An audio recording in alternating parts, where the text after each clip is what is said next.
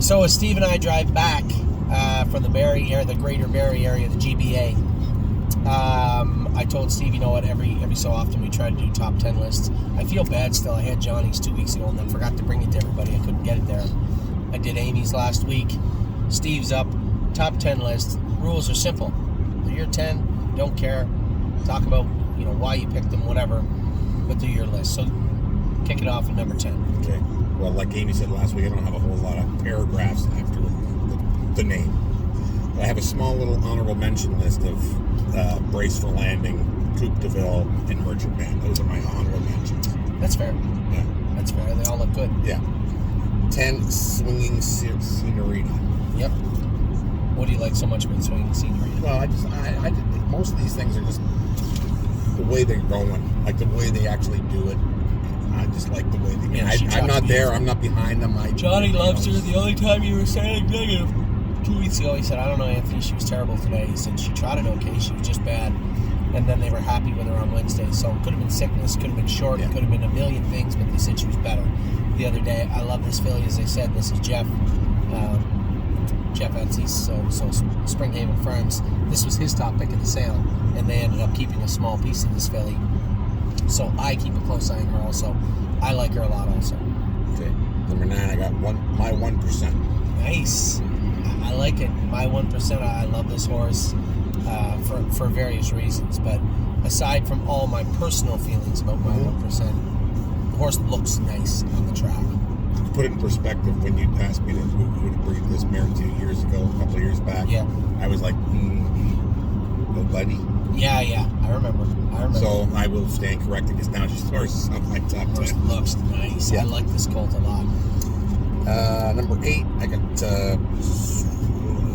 down to 8. Yeah, Smoking Hot Irish Colt. Yeah, another Ohio bred. Actually, yeah, that's right. Yeah, another Ohio bred trotting filly. Another horse that Johnny goes with a lot, and another horse that Johnny loves. He thinks she's one of her better horses, and she can fly. I will tell everybody this, and I say it every so often. We trained down her brother, Yes. Yes was a world champion, took a world record at 3 for a gelding on a half-mile track, 53-1. It was a big mile, and he did it easy. He's been back in 53-1 last year. He's made over $300,000 and been a very, very, very good horse for the stable. He never trotted cleanly his entire life. He's always been bumpy, always had that rigid exterior. This filly looks flashy, so I'm very interested to see what she's going to do as a 2-year-old in Ohio. Okay. Spitfire Overseas. So I told everybody a minute ago, I love this horse. So what do you like so much about Spitfire? Well, I mean, I was there. You like this horse I was there the day you bought him. I fell in love with him the second we pulled him out of the stall before we went out for dinner that night. Yeah. I know he's just a moose. I know he's going to take time, but I just love the fact that he looks this good and at this size, and he's going around Tamiko on the ice, it still looks okay. This is Danny's horse. Danny's top pick. Danny's top pick is this horse. He loves him. Yeah. He thinks the world of him, and he goes to them all the time. And he has looked fantastic many, many, many times. Yeah. I love this horse. I got Cutie Cumber. Oh, there you go. Amy would be happy. Yeah. I mean, I'm a little biased on that horse. I don't own any of her. But, I thought that she's been super strong at times. She's been a bit of an in-and-outer, but, they're babies and they're allowed to be in and out. I think any of her mistakes, when you look at any of the breaks she's made in the training videos, you can see what happened, right? She ran in a little bit, lost her attention or lost her footing and rolled off stride. I think the one day she ran in the last turn, Amy heard me coming and went to gas her coming into the turn and maybe just get up into the red zone a little too much. Yeah. And she rolled off stride. But this is a filly that I loved. From day one, I loved everything about her. The value is what I loved, and you and I talked about that in excess in Lexington, but a filly that's got a ton of reasons to fall in love with her, and many of which are found on the racetrack. Yeah. Then I come up with a pair of tactical landings. I got Landing Pad at 5. Yeah. You like Landing Pad, eh? Yeah. I know a lot of people haven't, like, he's made so many breaks and been rough so many times. Not a lot of people, one sec, sweetheart, not a lot of people gravitate towards Landing Pad. Okay, so wait a second then, because I was just about to say, I get Landing Pad and Landing Strip. Okay, which one are you thinking of? One wears hobbles and is fast as hell. The other one is fluid, smooth, doesn't wear hobbles. Well, the one that doesn't wear novels. So Pinkman's brother? Yeah. That's Landing Strip. Sorry. Landing Strip. Okay, so Landing Pad, I love both of them. Landing Pad I love for very different reasons. I love what he's done, but I love more of what he makes me believe he can do. Right. So that's why I like him. So he's not on your list now. No. Landing Strip has been great. This is a horse we've been tinkering with the shoes a bit because he's been struggling a bit in the corners, and we haven't really put our finger on it why yet. It could be growth. It could be one of those hurdles those babies go up against. But even though he's rough in the turns, he still got the job done the other day and looked good doing it. Right. Yes, 100%. He's on everybody's radar. Landing Strip. Okay, 4-horn player. Yeah, well, goes without saying. Yeah, I mean, it's going to go without saying a lot the last few, I think. I think anybody that I asked to do a top 10 list will have many of the same horses hovering around 1 to 5. Yeah. If you don't have Horn Player on your top 5 list, you're just not watching all the videos. You need to watch all of them. Horn Player has been ultra impressive over the last month or so, and considering this was a filly that got fired from the top burn, they didn't want her in the top burn anymore because she was causing trouble.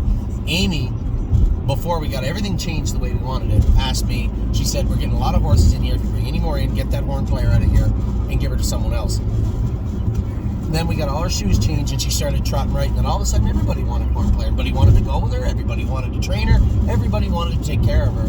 But she was a bit of a terror until we got her perfect, and she is perfect now.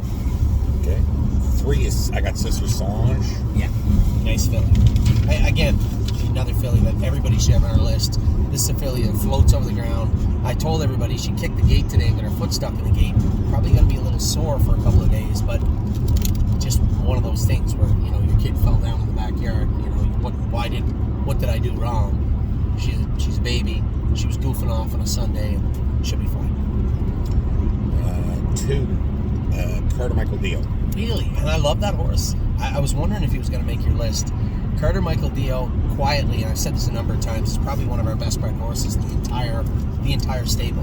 Right? We know about Brace for Landing, who was formerly known as Tactical Tactor. We know about a lot of these horses we paid top dollar for.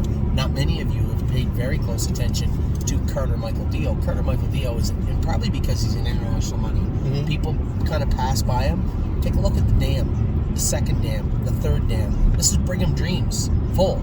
He has a brother that's been a European champion. That was a 3-year-old, a good horse. In fact, the day I won the big stake race in Pennsylvania with Lawmaker, not many people remember this. Taekwon Dio, who's the brother to Carter Michael Dio, was the favorite in that race, the favorite to beat me. Now, I thumped him, but he was the favorite to beat me that day. Taekwon Dio was a good horse in North America, but has turned into a very good horse in Europe.